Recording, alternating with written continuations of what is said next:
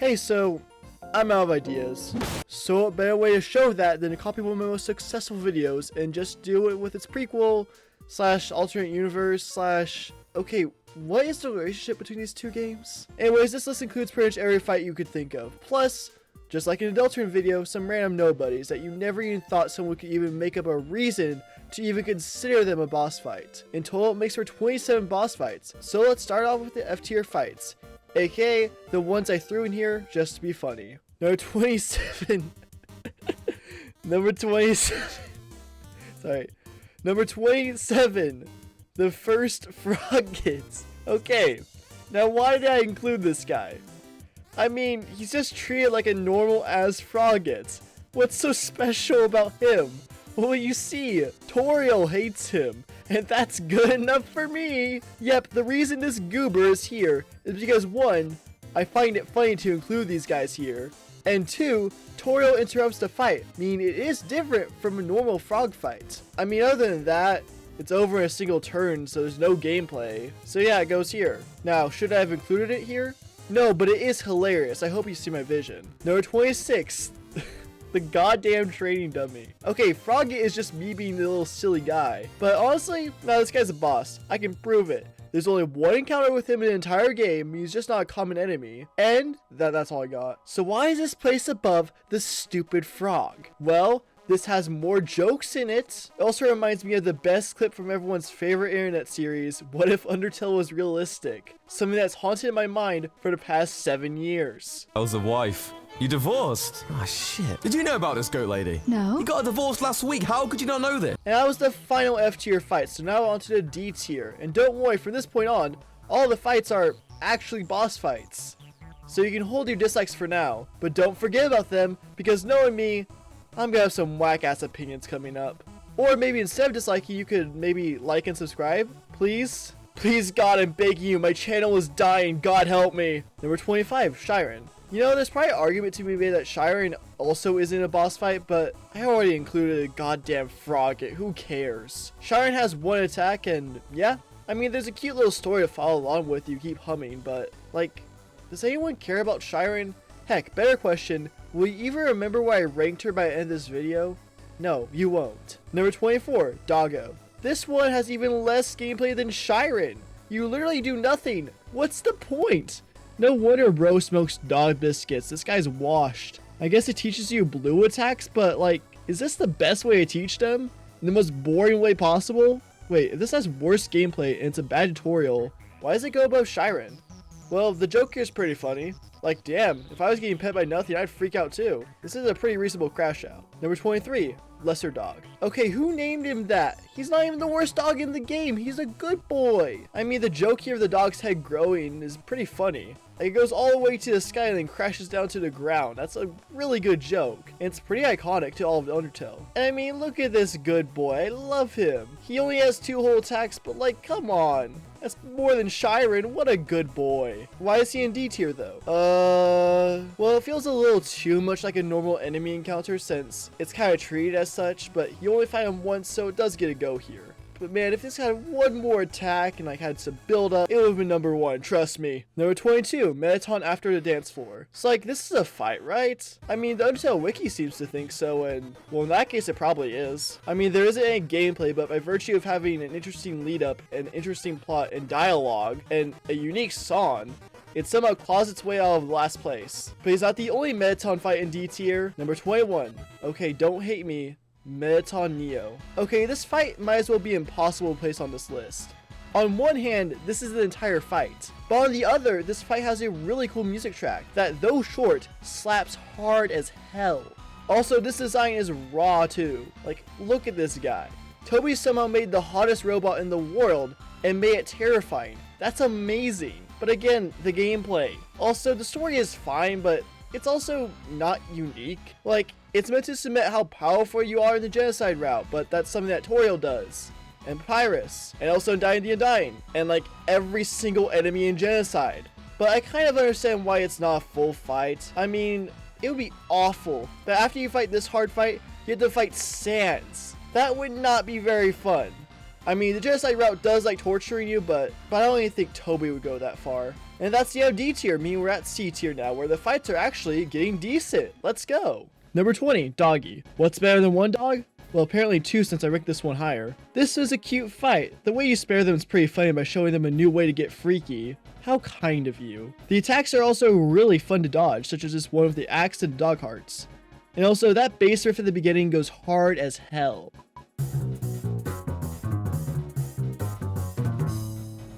Number 19, the Royal Guards. So like, it's basically the same idea as the last fight, but this time they're gay people, and gay people are funny. Wait, that sounds wrong. That's not what I meant. The attacks are fun. I like it when one of them gets nervous and freaks out the attacks. Number 18, Glide. Is it weird how much like Deltarune, Undertale does have secret fights?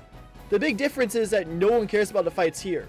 This is a fight you get by walking in a room for like 2 minutes straight. How fun. The fight itself is cool though. I like the little ward effects when he does big attacks, and that's pretty cool.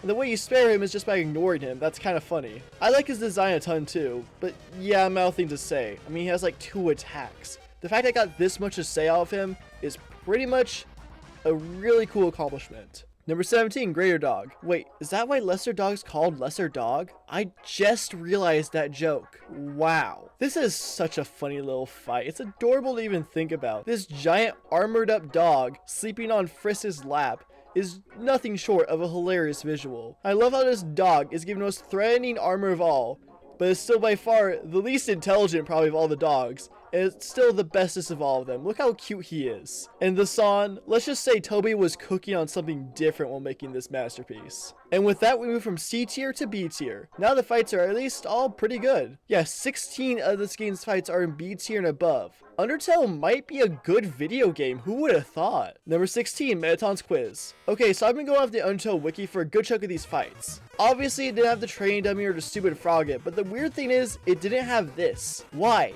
You put Metatons after the dance floor fight, but you don't have this one? I'll argue with this. This is 100% a real boss fight. It's still in the battle encounter format unlike the other Metaton encounters, hence why they're not included. And it has a unique theme too. The quiz itself never fails to make me laugh. There's so many good jokes here. Like Metaton wearing a shirt of last place, the flies, the stupid train equation, and the smooch a ghost question.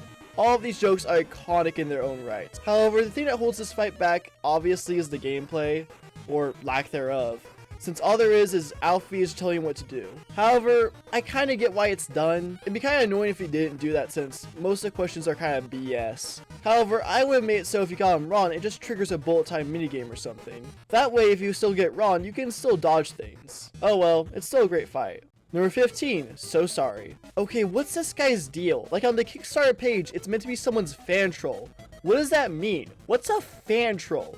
I would look it up, but I really don't want to know. Anyways, yeah, this is a pretty cool fight. The way you unlock it is super creative by setting your clock to the right date, and fighting him is okay. The tail attacks are surprisingly tricky, especially when he starts throwing paper at you. In fact, out of all the fights in the game, including Sans, this was the closest I got to dying this run. I don't know what happened, guys. I was not locked in. The dual guys he creates are also silly too, and overall it's just a really solid fight. Could it be better? Yeah, but hey, there's nothing to be sorry about placing this high on the list. I'm so sorry about that joke. So sorry. I didn't even mean that one. Number 14, Nastabluke. It's crazy how the first fight managed to sneak this high onto the list. But honestly, it's very much earned, because this is our first fight with an actual character who appears more than just for 5 minutes of screen time, appearing multiple times throughout the game, making this a really fun fight, and it makes it feel a lot more important. And that music rocks. And all these attacks are just really funny. Like when he cries on you, the poor thing. The I'm not feeling up to it right now attack is genuinely the most peak thing ever put into a video game. And the hat, it is pretty freaking sweet. If a bit gross because it's made of tears. Freaking SpongeBob ass hat. Number 13, Toriel. Our first main boss of the game. Just barely misses out on A tier. And even though that may seem like a shame, number 13 on this list is nothing to scoff at. Because no matter how the fight goes, it always does such a good job at setting the tone. In a neutral route, if you kill her, it's really sad and it sets a tone at how you have to build up relationships, and maybe killing them isn't the best decision. Pacifist shows that you might be able to make it out alive in the underground without hurting anyone, despite what following may have to say. I don't need to tell you, but the genocide encounter is simply terrifying. It really sets up the tone for that route. All this sounds great, so why is it not higher? Because Toriel refuses to lock the hell in. After a bit, she just makes her attacks super easy to dodge, which I get why she does that. I mean, it makes the other fights by default just better, by having just a lot more to do. But oh well, it's still a pretty good fight for this terrible mom. Yeah, I said it. I've been holding this rant in since the Deltarune ranking, but screw Toriel. Not only is she a drunk in Deltarune, she also sucks in Undertale. You're telling me 7 kids have all been here and they all got past her? Okay, if Undertale Yellow is canon, fine, she gets a pass there. But everyone else? Bro, what is wrong with this woman? Can't even save 1 kid. And on top of that, yeah, great parenting me your child to near death. And don't get me started on her great plan to get more human souls. Is she trying to start a war? And that's it for B tier. And now we're on to A tier, baby. These fights are all really damn good, with maybe only 1 or 2 flaws. Number 12, Amalgamates. Yeah, so I decided to count all these as one fight for a couple of reasons. 1, I feel the same about pretty much all of them, to a point where separating them would be pointless since they all be in the same exact areas. And 2, it makes sense to put them all together to get very similar vibes. However, there is a problem. I suck at writing, so I can't find a good way to write an entry about them as a whole.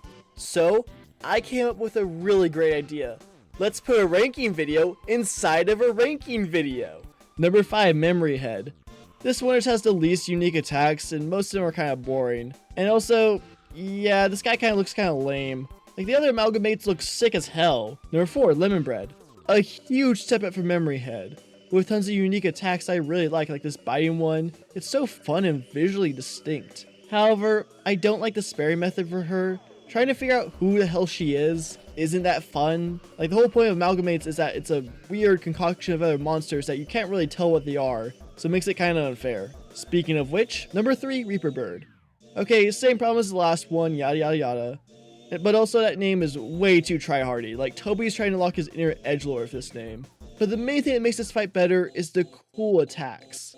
Like, this everyman attack is genuinely so terrifying and awesome. I mean, damn, that's horrifying. I never want to see a butterfly again. Number 2, Endogeny. I love how this fight is just a creepy version of the greater dog fight. It gives this guy so much more character and gives us a way to actually see what this thing would be like if it was still, like, more alive. Because, you know, Amalgamates are Amalgamates. The attacks are sufficiently really cool too, and creepy as hell, and that track in the background is something else. Number 1, Snowdrake's Mom. Despite having by far the least gameplay, I mean, there's only 1 attack, and look at it. I know, thrilling, but still, the fight is simply horrifying. For 1, this is a character that's actually been referred to before, and since we know characters who know her, it makes this fight so much more emotional. It makes the little things like joking with her to spare her all the more depressing, because it makes it clear how much she probably loved her family, and the fact she's been missing for years is truly heartbreaking. And moving on from the great Amalgamates, we have number 11, Mad Mew Mew. You know why I said no one cares about the secret fights in Undertale? Well, they should care more about Mad Mew Mew. Not only is her design kind of funny just by concept alone, it's a demon of a ghost trapped inside a life-size doll of an anime girl. What is wrong with Alphys? If I go in her lab and find a massive mason jar, I'm calling the cops. Oh wait, no, she'll like that, no! Anyways, this fight has a unique soul form too, that's pretty cool. However, the main reason no one talks about this fight is because it's a Nintendo exclusive, meaning bare minimum, you have to spend 200 bones just to experience this fight. Other than that though, it's still a great fight, with the only thing truly holding it back is it being really short. Number 10, Muffet. One of the other unique soul form fights. This fight's so creative, with how it uses a ton of baked goods, like dodging boomerang croissants, donuts, and spiders. One of these is not like the other. On top of that, Spider Dance is easily a top 5 song in the game. And when you kill her, it's so sad, like a little spider friend shows up and puts a flower where she died. So why is this fight not higher? Well, that's because of a little thing called I play with a control stick and this fight feels terrible with it. Now you could argue, just use a D-pad, Imada. I don't want to use a D-pad. Look, this is a weird opinion, but I use stick for everything. Even for NES games that are never intended for it, I use it.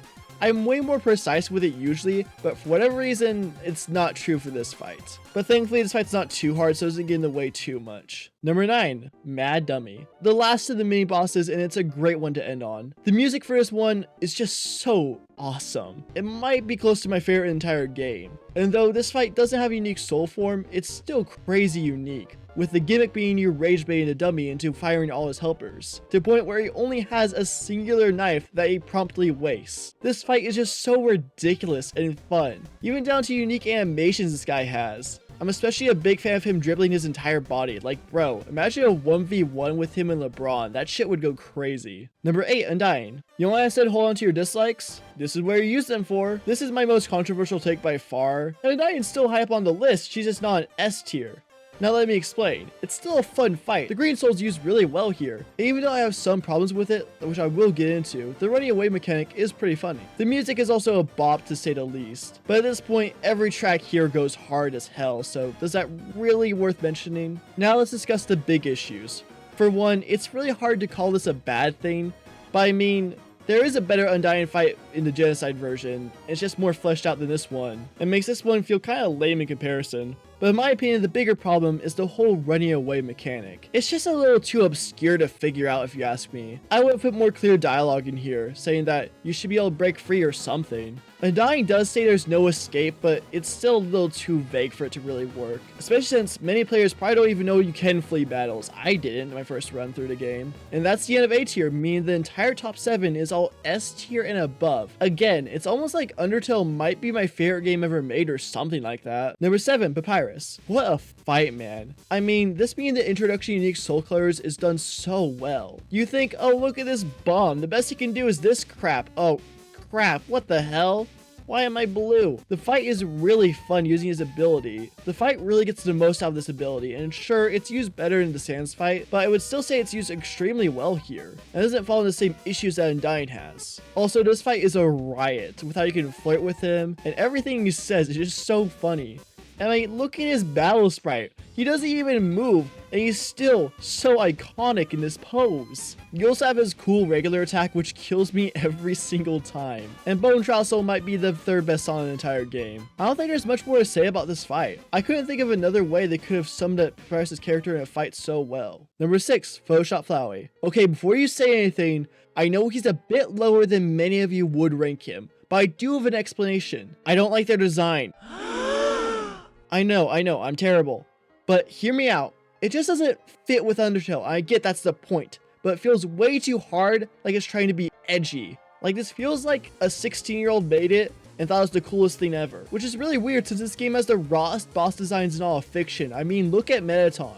This design is lame. Also, for you, the most powerful foe in the game stat-wise, it's way too damn easy with an absurd amount of checkpoints. On one hand, I'm glad there is checkpoints. This fight would be painful to retry without them. But not only does checkpoints mess with the narrative of the fight, since Flowey should have control over everything, and the fact you have checkpoints kind of defeats that. Also, some of these attacks are, I know I just said this fight's too easy, at the same time, some of these attacks are impossible to dodge. Like, the whole saving and loading thing is just impossible to deal with. So basically, I have never seen anyone do a stamina list, and I'm sure there's a clip of it, but like, I couldn't do it, and I get mad that I can't.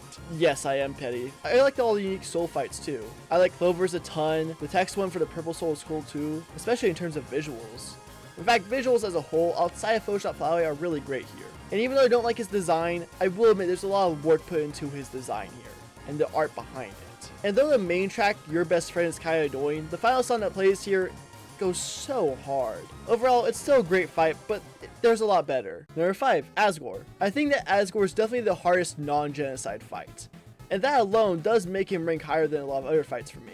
These attacks are just so fun to dodge, like the flame waves, the flame sea, the rings of flame. It's almost like he's really good at fire attacks. Wow. I love how reactive this fight is to your actions, despite only having one way to win. You can do all these things to make him weaker, and it adds so much to his character, despite him only being in the game for only like, what, 5 minutes max? It makes these little moments we spend with him feel a lot more important, and that opening goes so hard. The text describing the barrier and the twilight shining through it is so cool. And Asgore destroying the mercy button is such a good piece of characterization, and it goes hard as hell. Inspiring him only to see him murdered by Flowey is genuinely heartbreaking.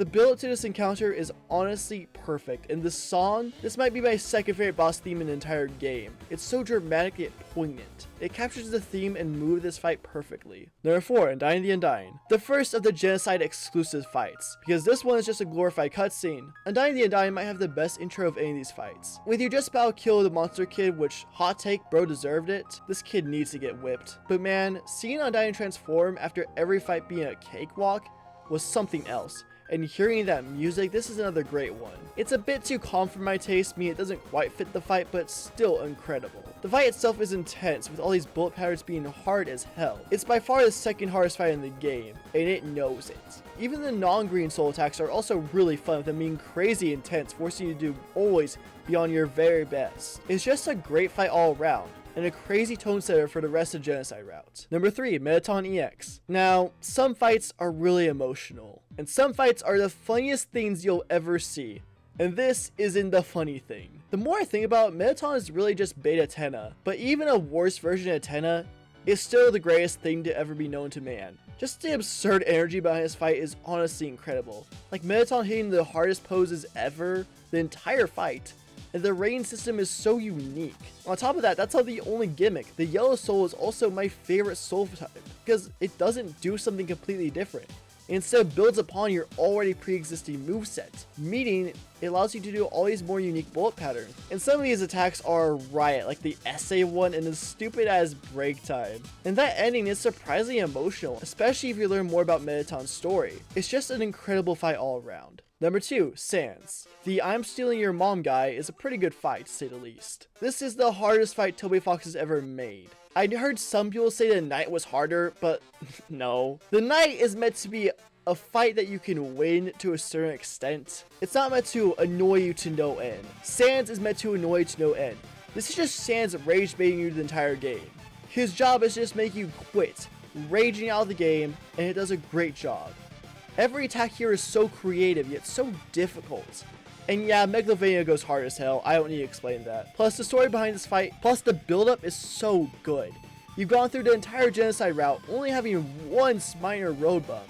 And then Sans shows up and instantly whoops your ass and makes fun of you for it. It's the game's one last attempt to make you stop Genocide, and it goes all out. With 2 whole phases, one phase being decently hard, but not too bad, and phase 2 increasing the difficulty tenfold, introducing Gaster Blasters and this crap. And the ending, god, it's so clever. It takes any satisfaction you may feel after beating Sans and makes you lose it immediately with an anticlimactic and sad ending, reminding you that this was your choice, and you could have stopped this at any point. Also, for this video, I was trying really hard to find another funny Undertale song with lyrics, similar to what I did with the Deltarune video. I think I found something even better than that joke. This is so peak. Here's a dying ember. You just want to see that! See how far you can ascend.